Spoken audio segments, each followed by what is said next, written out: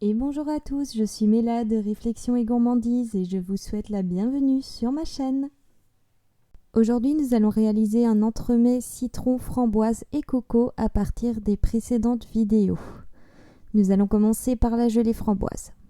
Je vais avoir besoin de 200 g de framboise surgelée, de 35 g de sucre roux, d'une cuillère à soupe de jus de citron. Et dans le bol, j'ai mis 2 feuilles de gélatine à réhydrater. Alors, je mélange un petit peu le tout avant d'entamer la cuisson. Pour débuter la cuisson, je vais mettre sur feu moyen jusqu'à ce que ça commence à bien bouillir. On n'hésite évidemment pas à mélanger assez souvent pour éviter que ça accroche au fond.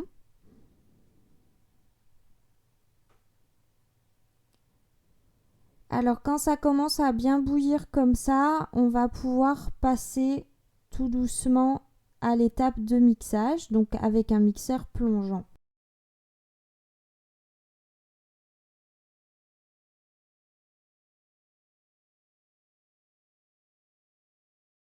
Donc voilà, on vient mixer bien soigneusement. Une fois que c'est mixé, je vais encore laisser dessécher un petit moment sur le feu moyen, toujours. Évidemment, on mélange toujours assez souvent pour éviter que ça accroche au fond.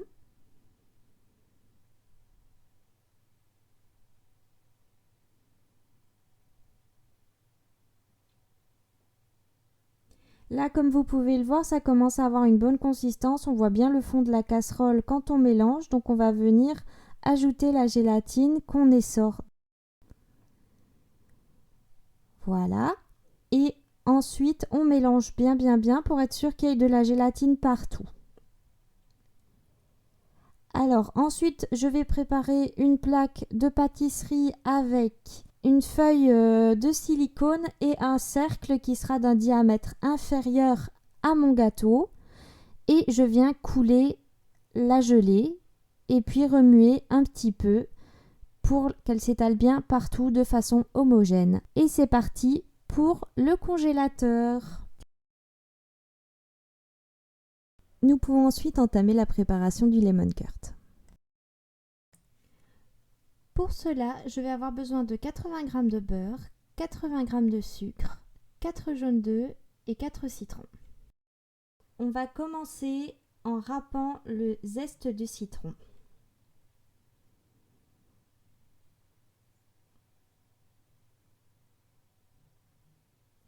Et alors il va falloir bien faire attention à ne râper que la partie jaune, car comme vous pouvez le voir en dessous, il y a une partie plus blanche et ça s'appelle le zeste et c'est très amer.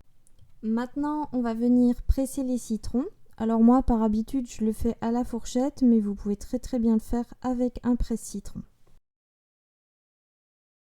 Une fois qu'on a pressé nos citrons, on va venir ajouter notre sucre, nos jaunes d'œufs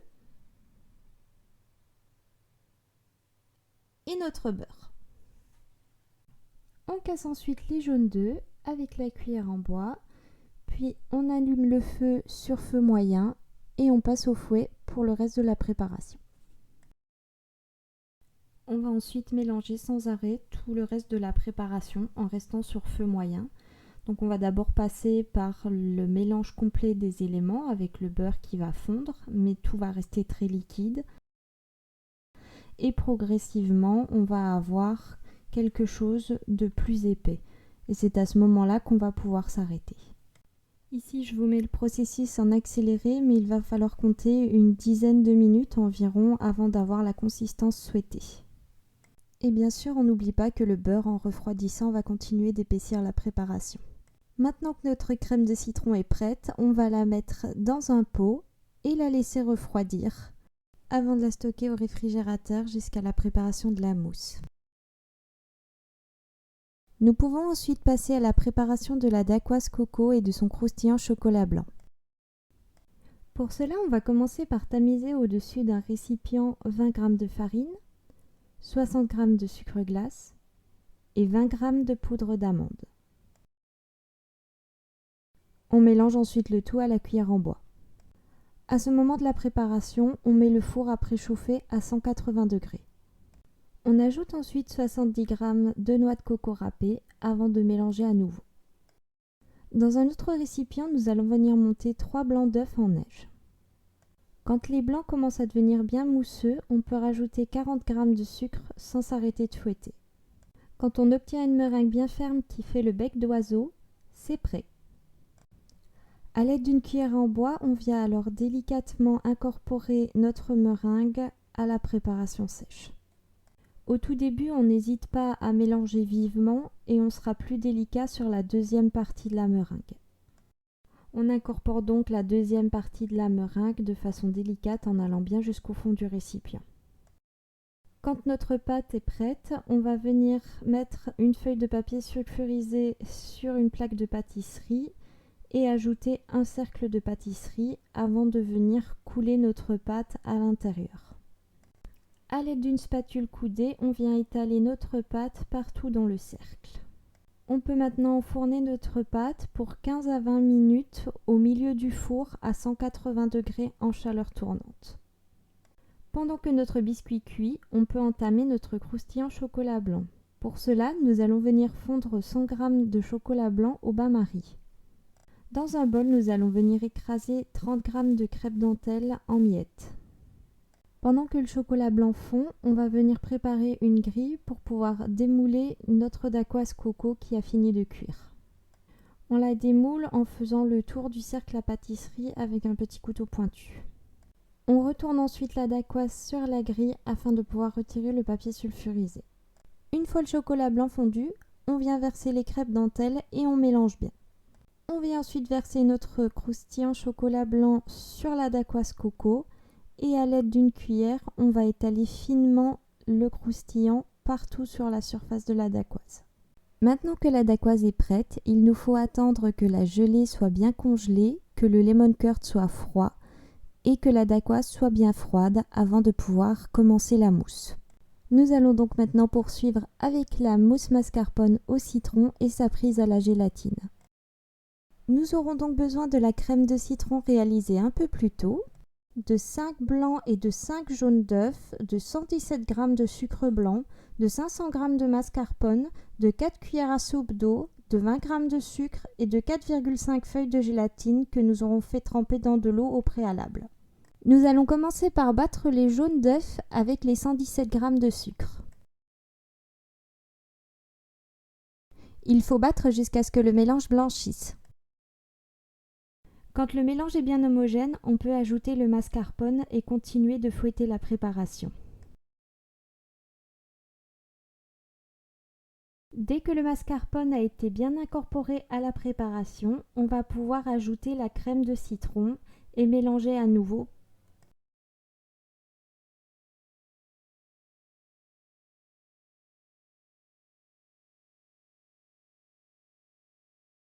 Une fois la crème de citron bien incorporée, nous allons passer au blanc d'œuf que nous allons monter en neige dans un autre récipient. Une fois que les blancs sont montés en neige ferme, on va venir les incorporer à la crème mascarpone à l'aide d'une cuillère en bois ou d'une maryse selon vos préférences. Il est important de mélanger délicatement afin de ne pas casser les blancs en neige. Nous allons maintenant passer à la prise à la gélatine. Pour cela, dans une petite casserole, nous allons faire bouillir les 4 cuillères à soupe d'eau et les 20 g de sucre. Dès que le mélange bout, on retire la casserole du feu, on essore la gélatine et on vient la mélanger dans l'eau. On vient ensuite verser la gélatine dans la préparation au mascarpone. On fait attention à vraiment bien mélanger afin que la gélatine soit répartie partout dans la préparation. Notre mousse est prête, nous allons maintenant pouvoir passer au montage. Pour cela, j'ai choisi un moule à charnière en silicone.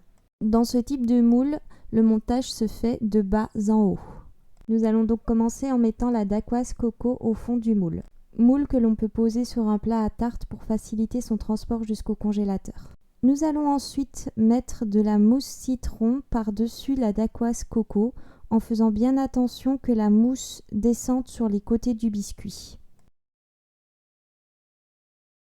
Nous allons ensuite légèrement secouer le plat afin de s'assurer qu'il n'y ait pas de bulles sur les bords. Nous allons ensuite aller chercher la gelée framboise au congélateur, la démouler de son cercle avec une pointe de couteau et venir la poser délicatement par-dessus la mousse. Nous allons venir ensuite couler le reste de la mousse citron par-dessus la gelée framboise. Notre entremets est prêt, il va aller passer la nuit au congélateur. Le lendemain, nous allons démouler notre entremets en retirant délicatement la charnière en silicone.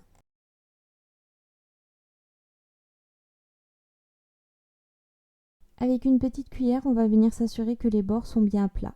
Nous pouvons maintenant décorer l'entremets avec un peu de noix de coco, de citron, de framboise et pourquoi pas de chocolat blanc. Il ne nous restera plus qu'à le laisser décongeler 6 à 8 heures avant de le déguster. Tu as aimé cette vidéo? N'hésite pas à t'abonner et pense à activer la petite cloche pour avoir toutes les notifications. À bientôt!